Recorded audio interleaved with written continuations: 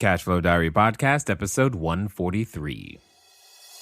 Welcome to yet another exciting episode of the Cashflow Diary Podcast, the podcast that teaches you insider tips, tactics, and strategies for creating leverage streams of cash flow into your life. Learn from top-performing entrepreneurs, business owners, investors, and thought leaders from across the globe as they share their secrets to success.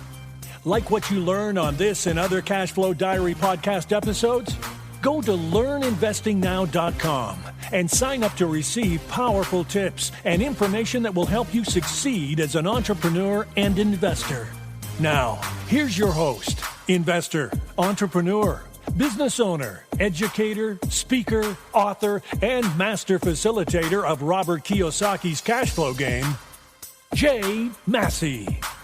All right, and welcome to another episode of the Cashflow Diary Podcast. My name is Jay, and I am your host today, and excited because you guys know that being an entrepreneur has nothing to do with just being inside of real estate, because we can create cash flow in many different ways.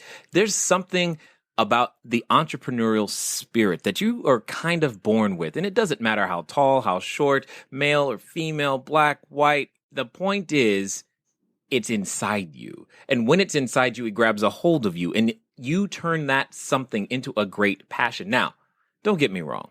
I say all the time that there are many different ways to go out there and create cash flow. And that's absolutely true. And you guys have met a number of successful entrepreneurs who are doing that in various different markets. But today, we get to talk about real estate, and I'm kind of excited about it because you guys know that I like real estate of various types and kinds, and we've had the discussion many times about Wal-Mart, Target, and Nordstrom style real estate, and we don't get enough opportunity to talk about that high-end stuff that's beautiful, that looks great, that you've seen on TV. And I know some of you, you wonder, what does real estate in Orange County really, really look like? I mean, is it really that beautiful? Is it really that pretty? Who on earth could I talk to if that's something that I wanted to do and pursue? Well, today's guest is Kristin Halton of the Halton Group. And what I'm excited about is that when you meet individuals in the most random places, you find out that you have so much in common. You guys think I'm driven. Not quite. You think that I have a passion. No, not the same. She's completely different, but yet we're so much the same because we both love real estate. But what I love about her the most is that she's keen on tapping her potential and inspiring others to do the same thing. You guys know that you stay where you grow, and if you can build people, the people will help you build your business. And she's managed to build an incredible team out here in the Orange County area, and she didn't do it alone. Remember, teamwork is a fundamental necessary piece for entrepreneurship. So let's get to find out more about Miss Kristin Halton. Kristin, you there? I am here. How are you today? I am fantastic. Thank you. This is good. It's almost unfair to ask, someone in Southern California, how's the weather, right? Very unfair. We always have it. It's pretty darn good all the time. Now, we pay for it, but that's okay. Now, many of the listeners know the question I'm about to ask, but I want to just share it with you. I tend to think about today's entrepreneurs. And I think about today's entrepreneurs a lot like yesterday's superheroes. You got Wonder Woman, you got Superman and Batman and all these things. All of the superheroes of yesteryear, they fly around in capes, they dress up and they save people, change lives, all those types of things. And I think that's exactly what entrepreneurs do. However, before Batman was Batman, before Superman was super, all of those individuals had a beginning. They had a story. They had an origin before they decided to be super. So what we really want to know is, before you were out there working and serving clients in the real estate space, who is Kristin Halton? Well, that's a loaded question, but a great question. It starts obviously with my childhood and growing up. And I came from a very blue collar, hardworking family. And my father was a commercial fisherman, and my mother worked at a dentist office. And from a very young age, I can remember something that really stands out to me is when I was helping my dad wash his car. That's what blue collar people do. They wash their own cars. Right. And we were detailing the tires. And my dad told me, and now I was doing it the way I thought it should be done. And he came over and he kneeled down next to me. And granted, I was maybe 7 or 8. And he said, Kristen, this is how you do it. And he showed me very specifically how to armor all the tire and clean the mags. And he said, if you're going to do something in life, do it right. Nice. And that was, that clicked with me. I'm 45 years old, and I remember that statement very clearly, that moment to this day. And he also told me, be your best at everything. You just do your best and give your best, and that's all you can do.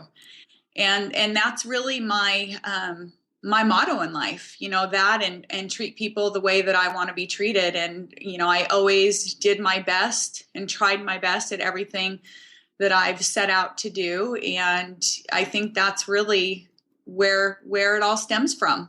Indeed, indeed. So from that moment, I can see how, if you were ever wondering out there, if your father makes an influence or you as a parent make an influence on your kids, I think we've heard this many, many times on the show where someone mentions a pivotal moment that they had with a parent or a significant authority figure.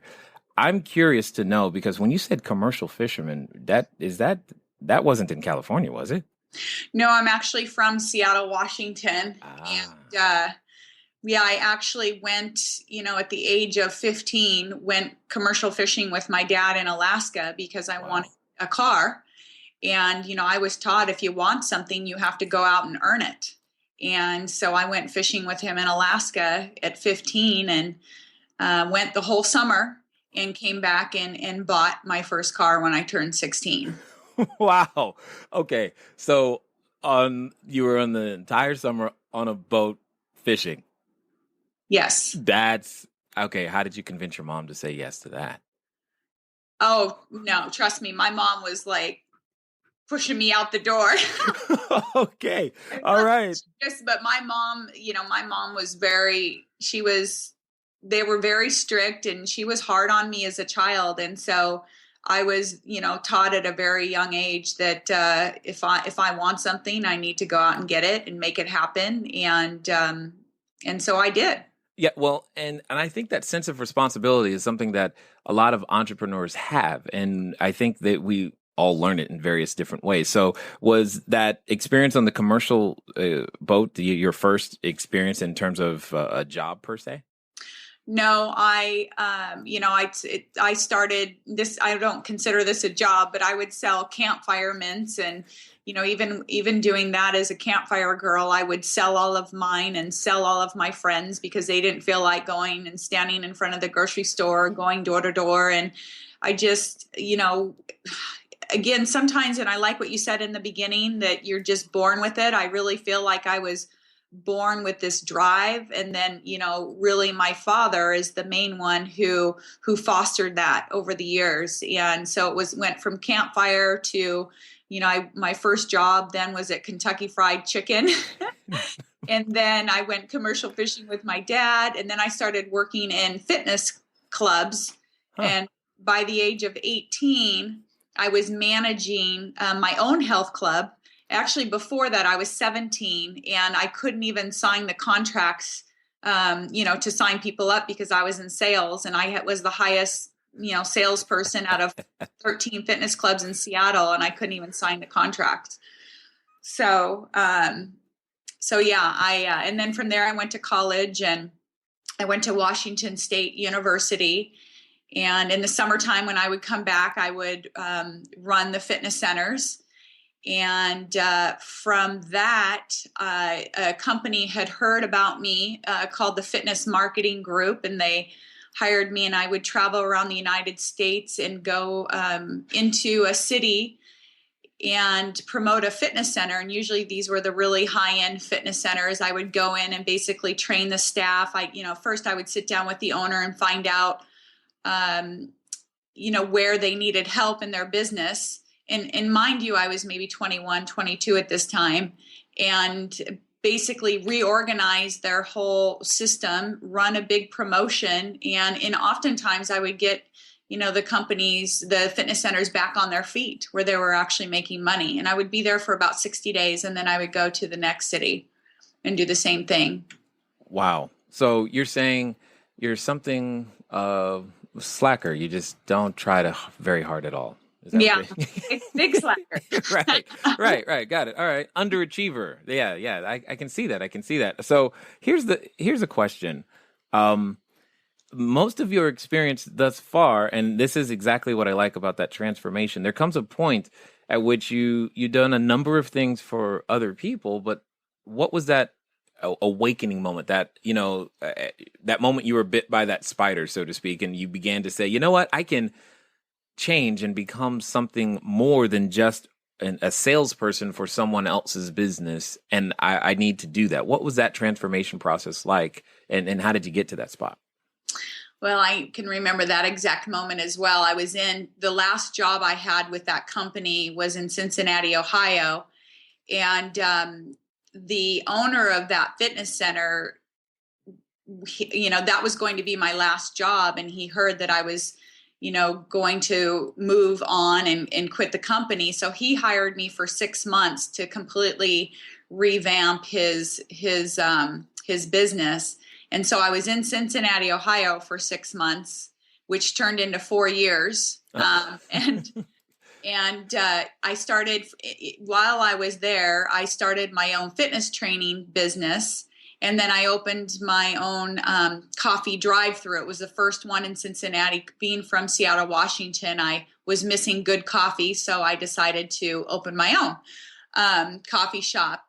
And I had done that for 4 years, and I met a guy and I thought I was in love. So that's why I stayed in Cincinnati, even though I didn't like it at all. And while I was there, the relationship was kind of going south, and I came out to California for a little weekend getaway. And I came to Newport Beach, had never been here before, hadn't really heard of Newport Beach before, being from Seattle, Washington. And when I traveled with my other company, it was mostly back east. And when I came out to California, I literally rented a car from John Wayne Airport. I asked the rental car place, which way's the beach? Drove down Jamboree onto Balboa Island. And for those of you that have been here, you know how beautiful it is. I got out of my car and looked around and said, this is where I want to live. And basically went back and sold my business, and I sold it. And in the back of my mind, I thought I need to do something where I'm not trading my time for money. Because meaning that each hour when I did fitness training, I was training a lot of pro athletes at the time. I worked for an hour, I got paid by the hour. And I wanted to get into something where, the possibilities were endless and the sky's the limit, and I can make money while I'm sleeping. And I knew that what I was doing, was not the avenue at the time. And when I came out, like I said, I went back, sold my business, moved out to California by myself, didn't really know anybody, and said, I think I want to sell real estate, not really knowing what real estate was about, but always loved architecture and loved homes. And so I got my license. I took a week crash course. This is back almost 15 years ago when you could do it in a week, and, applied to take my test. And within a month of moving out to California, I had my real estate license. I absolutely love it. First of all, just so that everyone didn't miss that, when next time you are missing good coffee, the solution is clearly just to open your own coffee shop. That's what you should do. Just do that, because that is not exactly the natural response. But I love it, because you're a problem. You're like, hey, if I'm missing good coffee, I bet other people want good coffee too. So I love that. And and the funny thing about that, so I was, obviously into health and fitness. So we had this drive-through coffee shop, and also being into fitness, there wasn't a place in Cincinnati that made great protein shakes. So it was a coffee shop and protein shake drive-through. Oh, okay. Well, if you can solve your own problem, you can solve problems for other people. But that I haven't seen that combination since. But that's good. That's good. Now, I know some of you, maybe you're, those of you over in Germany or UK or Spain, etc. You don't know what Newport Beach looks like. You don't know what Balboa Island looks like. It is beautiful. I've often said we live in a postcard, and it's true. This is, if you've ever seen shots in a movie, it's probably these areas, and so it's very clear and easy to see why she could get off the plane and go straight there and go, yeah, I want to live here, and I love that. But there's something that you illustrate in that story that I think is fundamental for entrepreneurs, and I'm just curious on your perspective. To be a successful entrepreneur, how necessary is it? Because there's two skill sets in particular that you've mentioned or at least demonstrated. How necessary is it for you to be able to make a decision and know that without having 100% of the information? Because you've done this a number of times.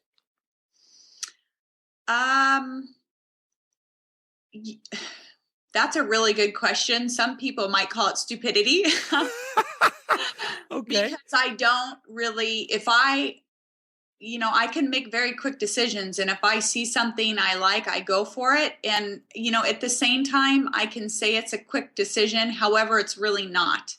I have dreams and I have goals. And when I was living in Cincinnati during that time period, I knew that I wanted to get out of there.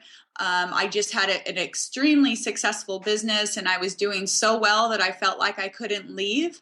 But in the back of my mind, I was looking for my next, adventure. I was looking for my next, I wanted to find a place to call home, and, grow roots there. And so it was I'd already started thinking about that when I came here. And so to some people, it might have seemed like a very quick decision, but I was already, it was already in my thought process. Got it. Totally understood. And because it was there, you at least knew it when you saw it, it sounds like. Would that be accurate? I recognize opportunity very clearly. Like, this is it. Yeah, got it. But that's also a unique skill set that I think many entrepreneurs have, because if you only go to school, get good grades, and end up with a job, you're trained to recognize only one type of opportunity, that is a job. You don't see how to see outside the box, because, again, not to beat a dead horse, but I've never heard of a coffee and protein shop. Okay. or a protein shake, that's completely different, but you recognize there was a void in the marketplace and you were able to make that work. And you seem to have this way of finding those voids wherever they may be, yes, which I think is excellent. Now, the other skill set that you mentioned all the way back to the Campfire Girls, was selling. So I'm curious to know, two things really. Is one, sales, in your opinion, how necessary is it for the entrepreneur, the one who actually is the owner or the driving force, to be skilled at sales? Or is that something you can outsource? I think you could do both, actually. However, in my opinion, the most successful entrepreneurs I know are amazing salespeople, because you have to start somewhere, and that is, whether it be selling real estate, selling yourself. I'm constantly selling all day, every day. I mean, people want to, work with me because of who I am and what I do, not necessarily what company I work for or, what listings that I have. I think that, the clients that I do work with, want to work with me, again, just because of who I am, what I do, and my guiding principles in life. That's what they tell me anyway. Yes, it's always good to check to figure that out. But I think you're hitting on something that's very, very important. When we first start, it's just us. We're the one with the idea. We've got to give it birth so that others can catch that vision. And until they do, well, it's up to us, and in so many serious ways. So I guess then let's, as we transition, now we're in California. You go, okay, I know I'm going to I'm going to go get my real estate license. So why real estate, I guess, it sounds like a crazy question coming from me, but I want everyone to know why you like why you decided real estate was where it is, where it's at, and why it makes the most sense in your opinion. I wish I had a really good answer for you. But the truth of the matter is kind of like being a natural born salesperson. It was just in me to sell real estate, and my parents weren't in real estate. It appeared one day in front of me, and I always loved homes. I love beauty, and I thought, I'll sell real estate. It wasn't anything more than that. And it just kind of happened. I can relate because I didn't wake up one day and go, hey, I can't wait to be a real estate investor. That's what I'm going to do. It too just kind of happened. And then you learn about all of these benefits on the way through, and you're like, this is kind of cool. This is really cool, in fact. And you get to meet some of the most interesting people in the real estate world. So let's talk a little bit now about specifically what you guys do over there. Now, I know one of the things that I want to make sure that we get a chance to share, because I remember when I saw it on some of your marketing materials when we were at the wine and cheese event. And for those of you who don't know, go to the website. There is a small little article. You can see there's a great little video of the wine and cheese event where we met. And I saw your mission statement and your guiding principles on your marketing materials. And I want to make sure that everybody gets a chance to hear that. But what I really would love is tell us a little bit specifically about the Halton Group, the types of real estate you guys do, and where you guys specialize in. Are you tired of letting good cash flow generating ideas go to waste?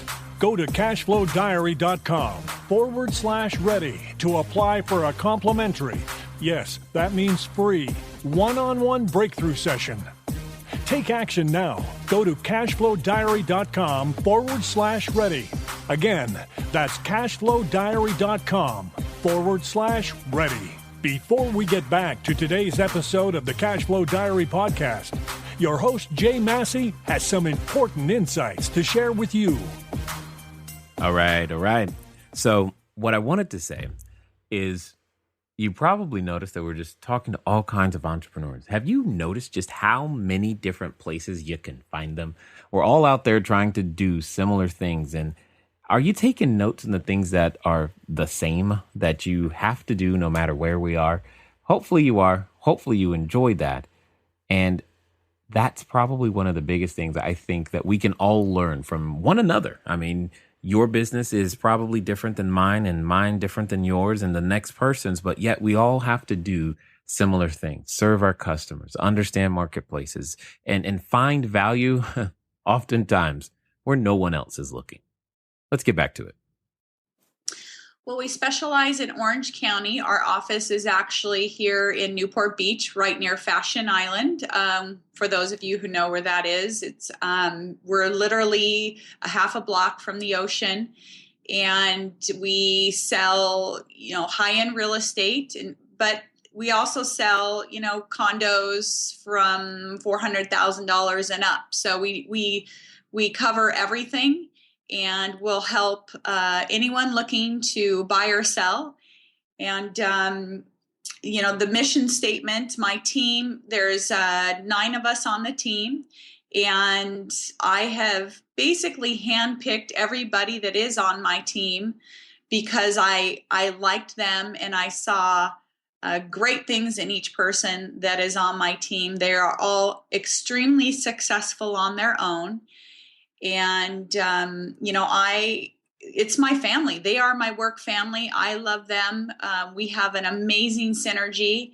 And we love to help people buy and sell real estate. Every single person on my team is passionate about being their best. They're passionate about real estate, and they're passionate about helping, people live their dreams through real estate, whether it be helping them buying their dream home, investment properties, downsizing, upsizing, whatever it is.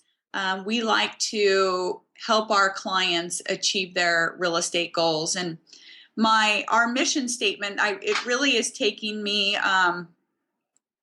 probably about a month to really think about who I am and who the team is and what we stand for and what we do. And so I have a business coach that I've coached with for about 10 years. His name is Steve Scholl.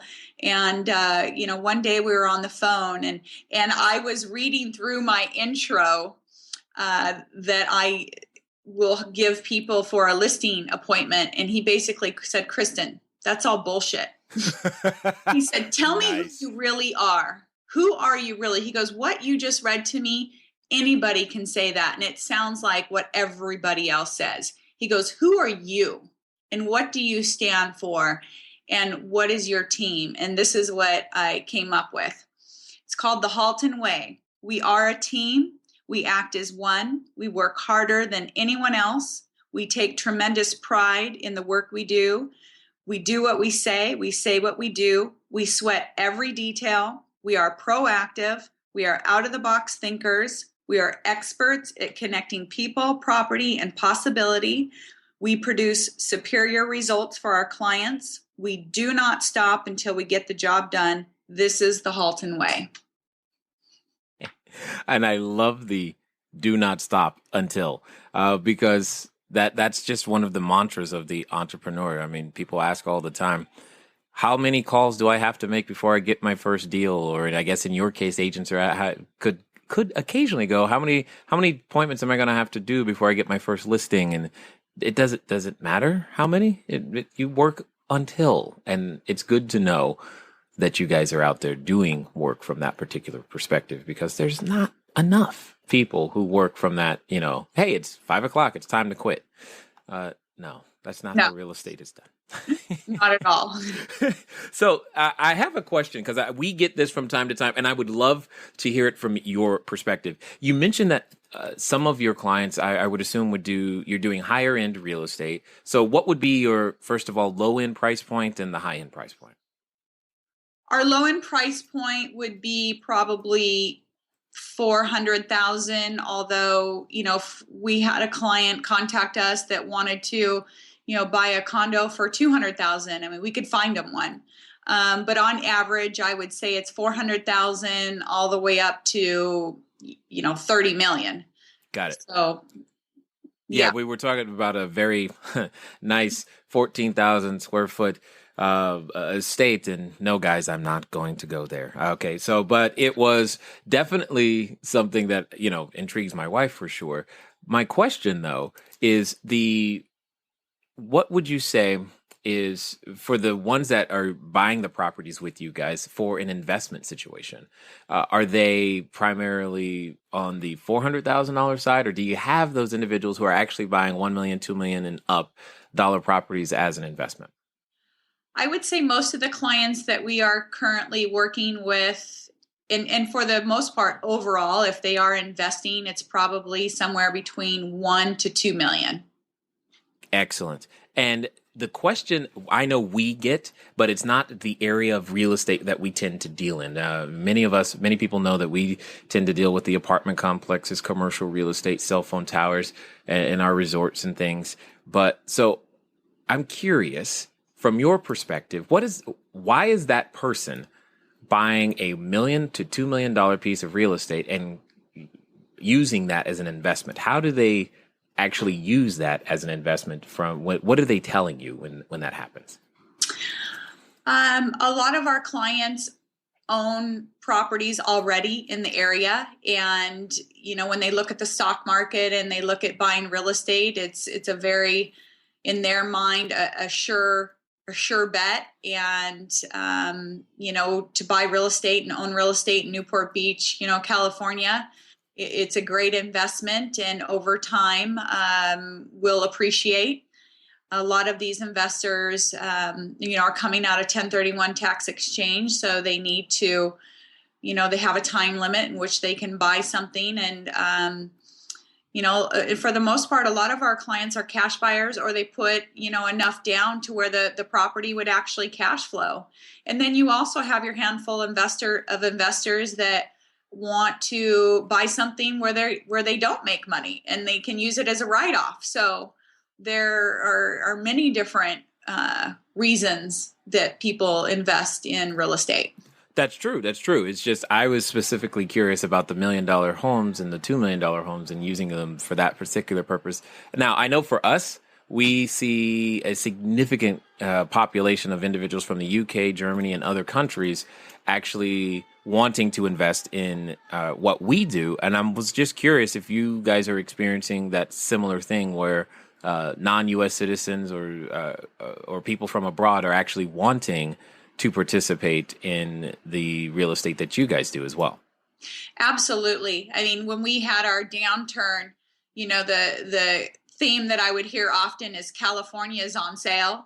But we see a lot of buyers that are from overseas, and, the bottom line is, they see the pictures online. It is a lifestyle that you're purchasing. It is absolutely gorgeous here. It's stunning. And it's like Disneyland. I mean, I love where I live. I am passionate about it. And it is, I'm looking out my office right now at the ocean and the trees, the sun's shining, the sky's blue, and it's a great day. Be careful. We have some people listening who are probably experiencing some snow right now. But that's okay. That's okay. So, maybe that's why they need to come out here and buy real estate. I agree. My mom back in North Carolina, I will occasionally call her and ask her, so what was the weather today? And she goes, yeah, it was like, it was kind of warm. I was like, okay, 30 degrees. I'm like, oh, that's warm. Yeah, no, you can keep that. I'll stay here, Mom. It is absolutely insane what we get to experience on a daily basis out here, and I love it.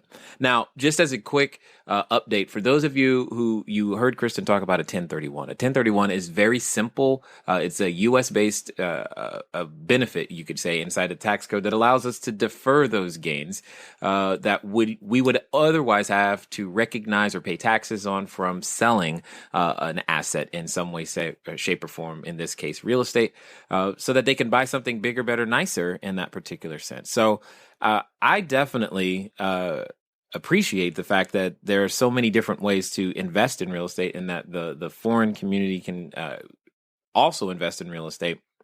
I guess, what would you say is what's like your number one type of customer that you guys tend to work with, that you have the absolute most success with, though? I would say our number one customer is probably the age group between 35 and 55. They're looking for a home to live in, either full-time. It's mostly full-time, but some part-time. Typically, they have, family, children, and they, live and work in this area. So it's really just helping, families, buy and sell real estate. Got it. So in the time that you've been able to do real estate now, it sounds like from the story that you've given us, doing real estate has been the thing you've done the longest. Is that accurate? Yes. So why stay? Because I love it. I love coming to work every day. I love who I work with. I love where I work. I love what I do. I love everything about it. And I think, I believe to be everybody's dream, to love what you do and do what you love. And I get to do that every day. I mean, I'm living my dream. Well, and that was kind of a setup question to get to the real question, is because oftentimes as entrepreneurs, we are chasing the proverbial dollar. We're going, okay, I'm going to make money. And so I guess what I was really getting at is, what, in your opinion, which of the two is more important? Because I get that you love what you do, But if something else that you don't necessarily love, but could also earn money because you know how to sell and we can sell anything we choose. What do you think is more important? Loving what you do or go chasing that dollar? Loving what you do. Why is that?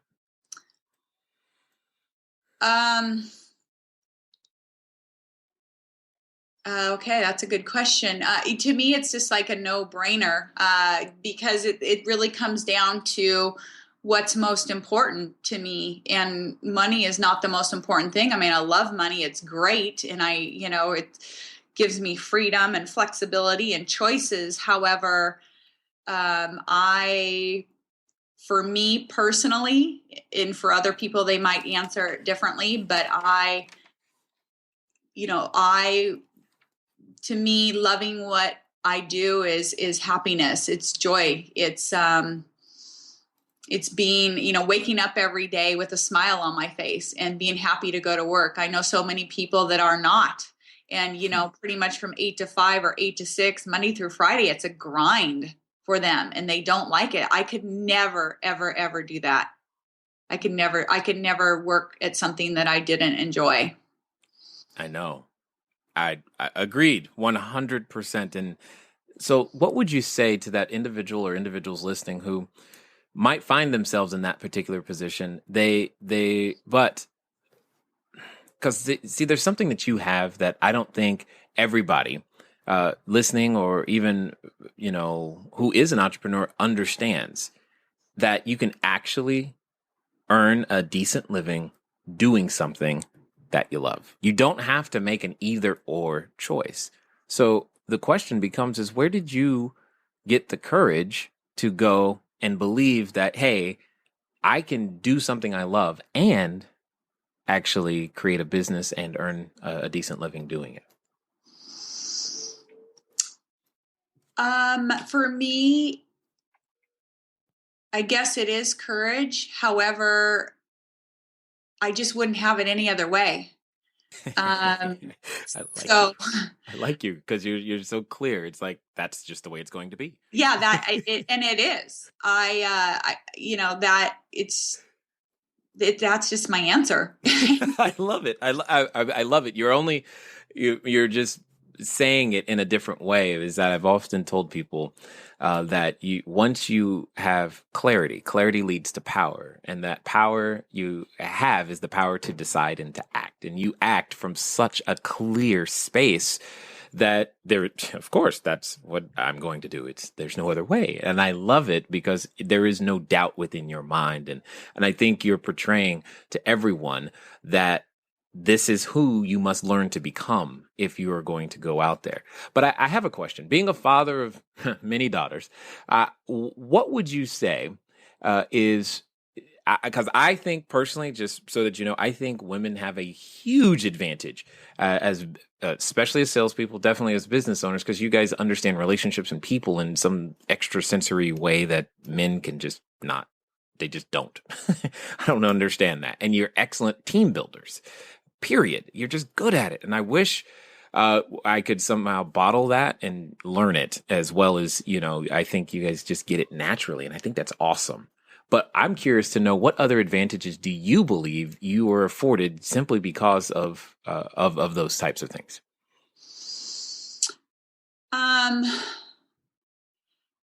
It's funny you say that because I just had another business owner at the wine and cheese event come up to me, and he's a man and his wife is actually in business. She's an entrepreneur in the area. And he asked me if I felt that being a woman was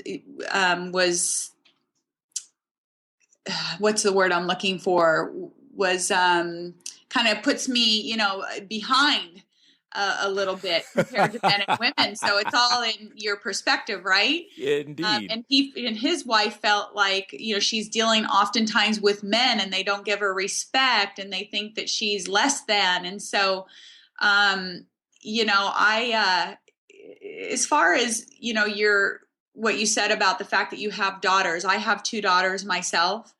And honestly, I don't care if you're a man or a woman or, for me, and I tell my 5-year-old this all the time, I said, I tell her I love her every day, and I tell her that I believe in her and that she can do anything she wants to do, and she can be anything that she wants to be. And I just want to instill in my children that belief and that confidence and that courage, and that they know that they have a mom that loves them and will be there to support them, whatever they decide to do, and to be their best and do their best always. Indeed. I like it. I like it a lot. I definitely appreciate you. You have no idea. I run into so few people who are so clear, but being clear allows you to do so many things. And you're one of the clearest individuals I've run into in quite some time. And I definitely appreciate it. And I hope everyone has picked that up as well.